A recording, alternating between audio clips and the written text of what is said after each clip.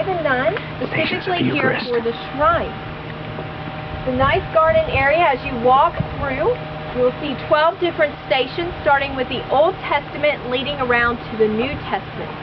All very biblical, all explaining about Jesus in the Holy Eucharist. Now, on this sidewalk, and we have little picket signs which follow the sidewalk, the next thing would be the Lord's Grotto. Excuse me. So if you follow this sidewalk past this first building, you'll get to a fountain, and then you'll see an arrow pointing downhill. Probably take you about 5 or 6 minutes to walk down there. And this is the Lord's Grotto, a replica of the grotto that is in Lourdes, France. For those that are not familiar with the story behind Lourdes, this was back in the 1800s of a young girl of the name of Bernadette, who is now a saint. She was actually playing out in the wilderness in Lourdes.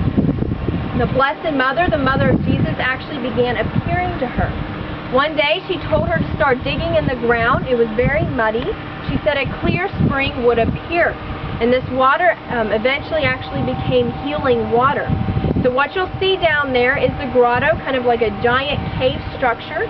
You'll see a statue of the Blessed Mother, and then also a statue of Saint Bernadette kneeling down on the ground. And then we have the Mulberry Fork River flowing down next to it. So it is very pretty, very peaceful down there.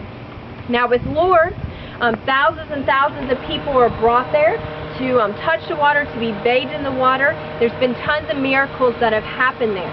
So it is a very healing place in Lourdes, France.